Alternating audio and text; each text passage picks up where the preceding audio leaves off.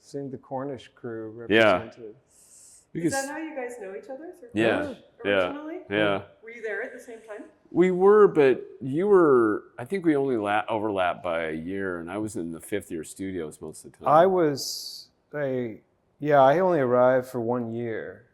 And he was in the fifth year studios, and I was up in the painting room, which was at the time the Broadway campus. So I was way up on top, and the sculpture people were way down the bottom. Right. And so we rarely crossed paths. I think it was at some parties or something. I can't even remember. Yeah. Well, I remember seeing you and your brother, who were like, everyone thought they were twins at first, and then once you got to know them, you're like, no, these guys aren't twins. Yeah, my brother was actually at the same time there too. That's wild. Yeah. What, not to date you, but what year would that have been? 92. Yeah. I came from, because I was working up in Alaska, and I came back to Seattle in 92. Because John was living here. Right. So that's how I wound up here. So So how did the idea for this show come about?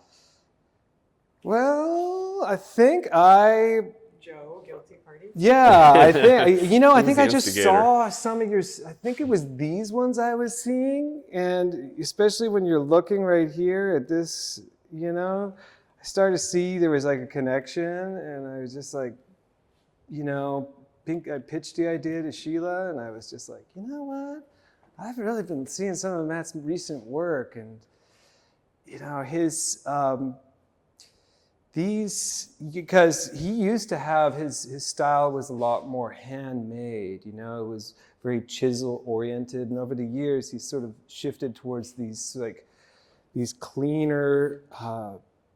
They're so exquisite. Yeah. I mean, the finish work on this. These are insanely. The color especially. I just love these colors, and so I was so, I could see how I got excited about them. So. Yeah, I mean, the relationship between your painting, Joe, and Matt's sculptures is like, it's really unexpected, and it works so well. Mm-hmm. I feel like Joe must have seen that, because I didn't, it was a happy surprise for me to see that, come about. The finish thing, it's like I always think I'm just gonna do chiseled finishes, and then I get halfway into it, and I just bust out the sandpaper. And once you start sanding, then it's like you've added marks that just need more taking care of, So you might as well just go the whole thing. Have you always worked in wood? Yeah. I mean, I've done video and ceramics and stuff over the years, but mostly wood. Yeah. It's just abundant. And you did those really nice clay boats. Oh yeah, I love those. Yeah, He did these terracotta boats, and they were all sort of piled. You were obsessed with the shipping containers for a while. Yeah, those were two different shows. Yeah, I love that, the little clay boats. Yeah, I was slip casting terracotta. And because I worked with my friend Kristen for a long time, and she slip casts all of her stuff. And so I just love the production aspect of it, and that you could just replicate this thing over and over and over.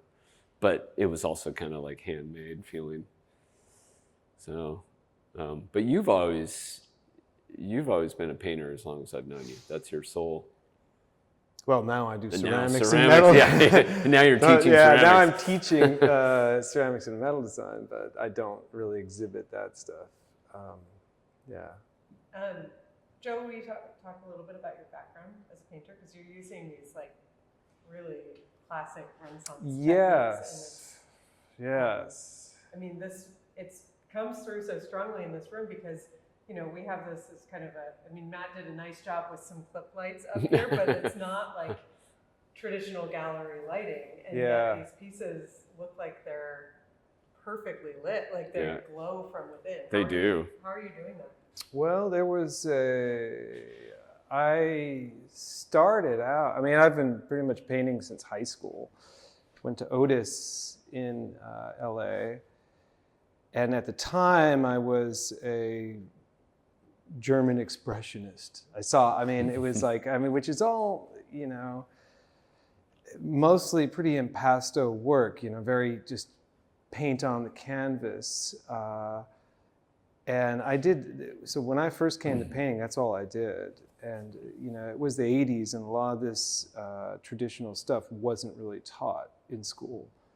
I happened to get a teacher at Otis, Jack Bosson, and he was of the old school, and he had been taught through, he came up, you know, through Cooper Union. He'd been taught all these traditional ways. He's a great man, and he was just very inspiring to be around because he was just, I don't know, I just love the guy. And he was like the father figure that I always wanted, you know, and he encouraged me to go to Europe and see all the old masters, which I did. I dropped out of art school for the first time. Travel with my friends. I know I'm a twice over art school dropout.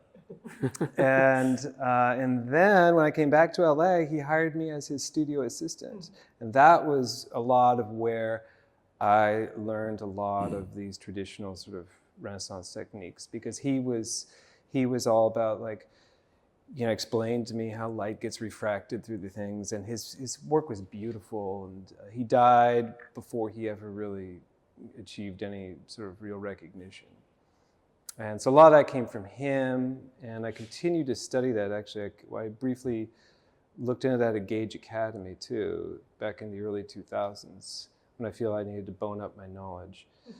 But yeah, a lot of these pieces have, some of them start with that traditional glazing, but then other stuff gets built up on top of it. I don't really have a set process, truthfully, but it's almost like,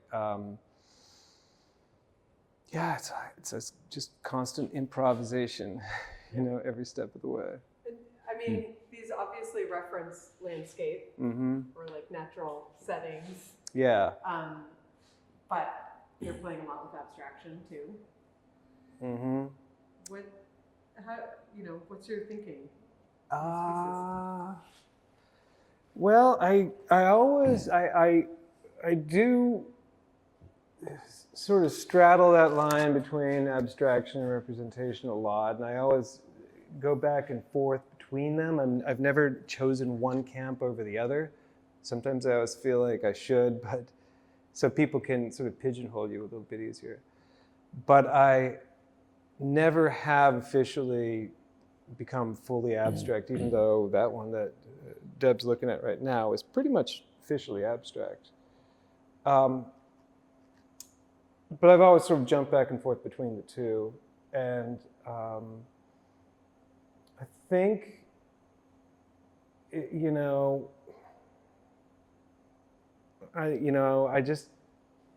sometimes I just get tired of being just one thing, I guess is really what it comes down to. However, lately I've been shifting a little bit more back towards the representation and have been considering doing some work from life again, Because sometimes I'll do a lot of sketches and such from life, and a lot of what you see here is sort of the end result of, there was a big shift in my work around COVID times, and we were all locked up. And I was supposed to be teaching, but I wasn't really teaching because I just, it was all on Zoom.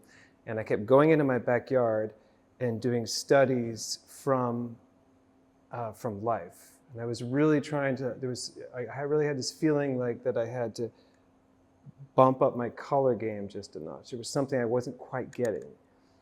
And so I was doing all these careful studies, and eventually I started thinking, well, if color is really what I'm after, then the form itself is unimportant.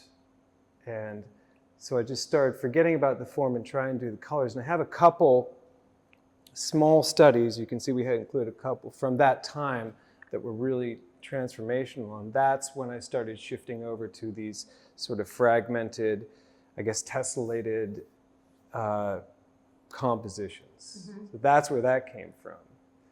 And that lasted for years. And some of these are at the tail end of that. It's like some of the most recent ones are shifting back away from that. So that started during COVID, all the tessellations, and then here we are shifting away from that into these more heavy sort of impasto ones. Yeah, I mean, these are quite different. Yeah. I mean, to me, they sort of have the same focus, but they, I mean, they still allude to the landscape, and they're still color focused, but they're less structured geometrically, and they're more just focused on the paint itself. Yeah, I mean, the application of the paint itself Yeah, is very, like very yeah. forward in Yeah. these and very satisfying. It takes a lot of,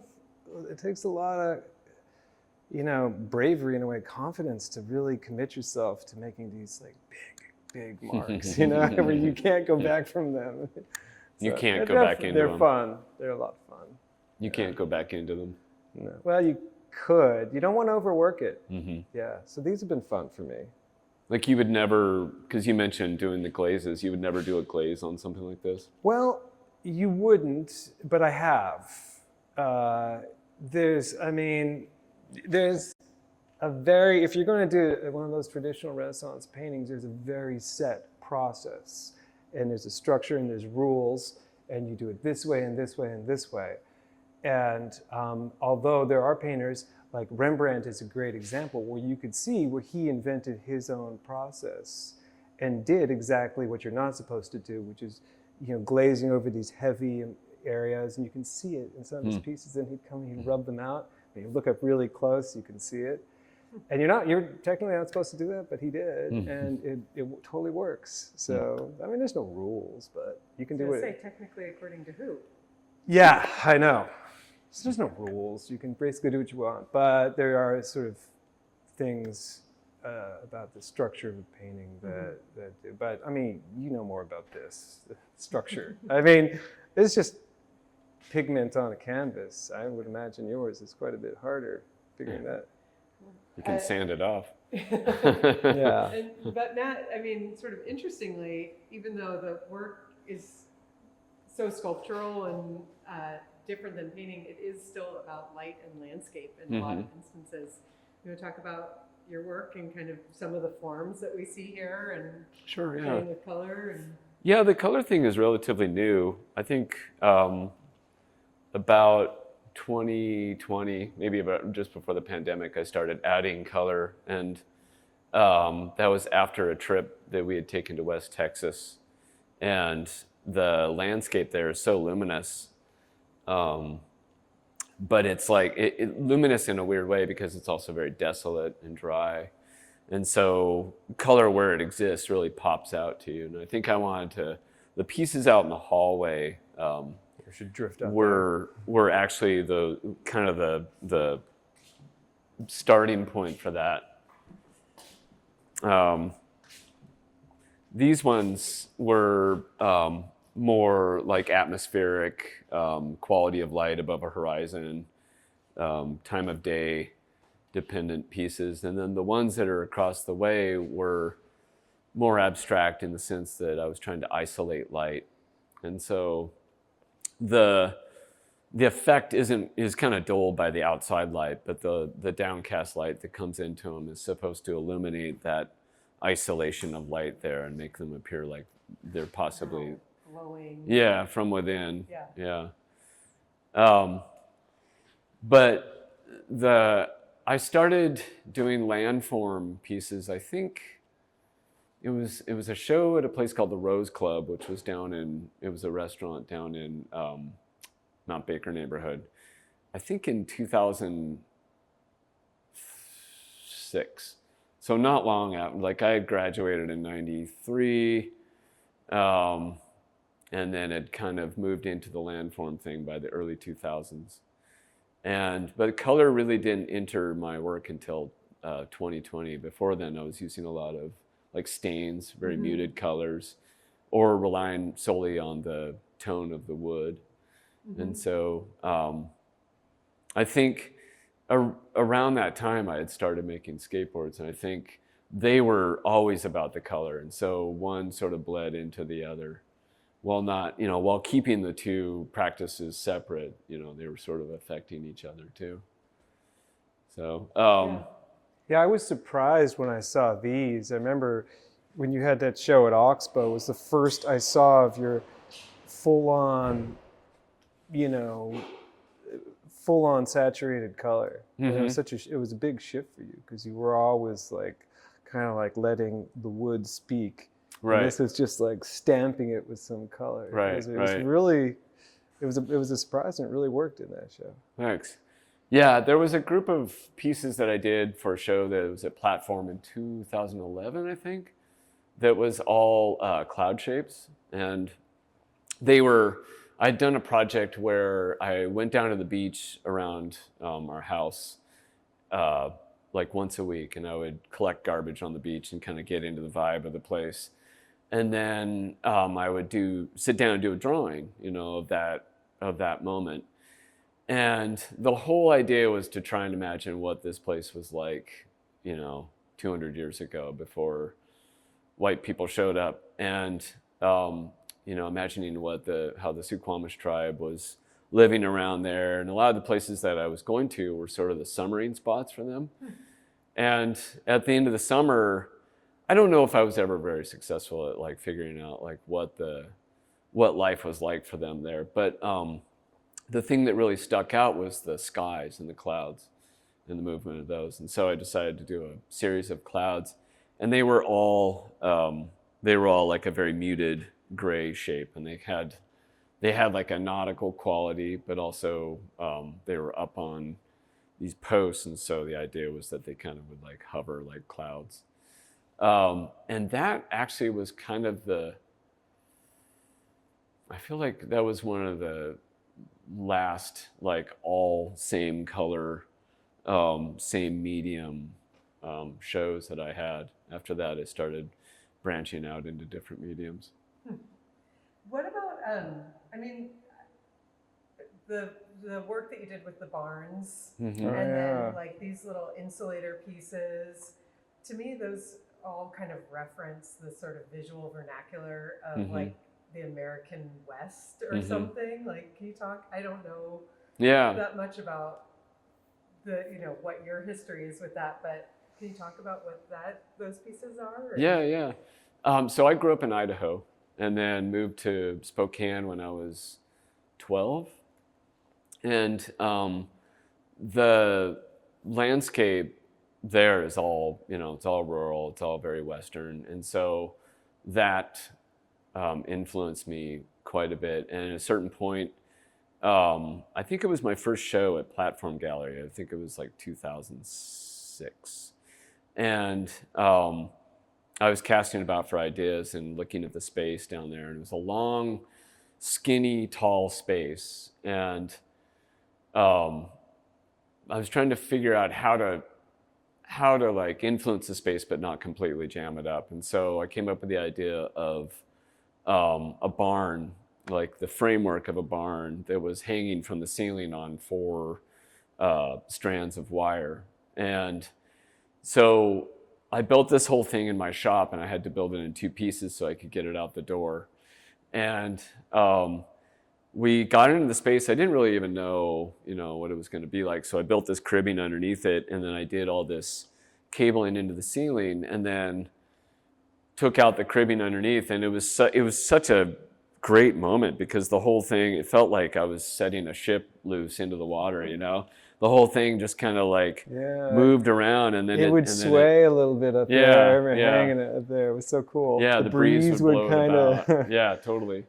And then the Sun Valley Museum of Art asked me to do an installation in their Haley house, and so I did another barn that was similar because by that time the first barn had gone over to storage in Tieton, and so I did that installation down there, and then we brought them back and we installed them both in Tieton. And so they kind of came home to their rightful place, Yeah. But the name of the show was Diaphaneity, which was doesn't really even sound like a word, but it actually is. Huh. And I was thinking about the way memory is diaphanous and how the most important parts kind of hold in this net, and then a lot of the details go through. And so that's why I made the barns like just a lattice framework. So, taking this thing that was a memory from my childhood and kind of suspending it in air and just leaving sort of the pertinent structure to it. But then we can go look at the insulators. When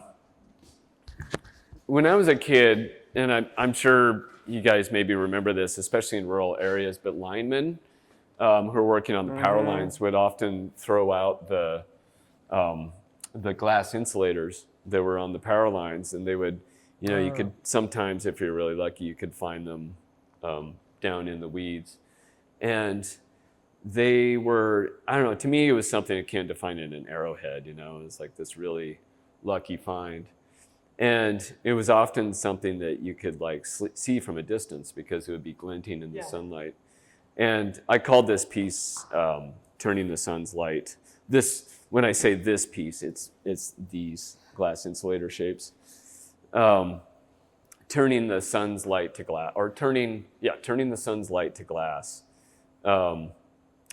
In sort of thinking about how light is always moving and changing, and how light passing through glass can just be this color on the ground that is completely ephemeral and changes with the daylight. And so the whole experience around finding a glass insulator was sort of a magical discovery. But yeah, I think, living near the Palouse and living in in southern Idaho really influenced that whole thing. Yeah, I mean, they really do have a sense of place, and maybe that's, for me, as a kid of Washington State, and spending time around that area, but it's a very familiar thing. Yeah, and unmistakable, and even I think the choice of doing them in wood, there's a very Western kind of symbol there. Right. Yeah, I'm always plumbing my mind for Western stuff. He's always like, and he's always outside he's my go-to person for any camping, and this man is you and Nicole are always out there doing stuff. You were the last one to use our bear. Yeah, he's been a very, because I didn't know any of this stuff when I came up here. I'm from LA, and camping for us was like sleeping on the beach, But coming up here, definitely changed my outlook on all that, for sure.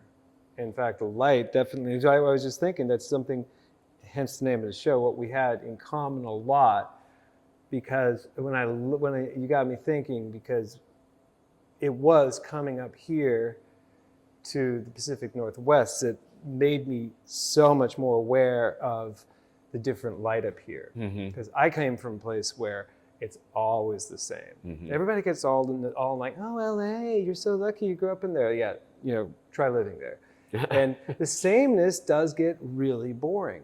And I know it sounds exotic to a lot of people, and I'm not saying, there was some great aspects. I miss the surfing. My mom grew up in Southern California, and she has the same things to say. Yeah, it's the sameness. And I never had really lived in a place that had such like magical light at so many different seasons. And so I think that you can see a lot of these are just basically trying to capture the light at certain times of day, and sometimes it's so simple as like the light of a fire at nighttime, or the light of the early morning sun hitting the mountaintops when you're out there. I mean, things like that are definitely drive me in trying to capture those sort of experiences, capture those little, because light's everything. It's how we see all our colors, and trying to capture that exact mood and lighting is something I always strive for, but never. Sometimes I feel like I almost reach it, but you're never quite. What's the word, Matt? Diaphanate? Diaphanate. Yeah, right. Yeah. Right. Yeah. Well, you guys did an incredible job with this show. Thank you. And I think thanks. you really captured a lot about that quality of light and the uniqueness of being here in this most northern west corner. And it's really special. Thank you. Yeah. Thank you for having us. You all have a chance to come see it in person. The show's up through the end of the month. I think May 30th is the last day. So check it out. If you can't see it in person, look online for sure. And thank you guys. Thank you. Congratulations on a really beautiful exhibition. Thanks so much. Thank We're you. happy to Yeah. have it. Thank you.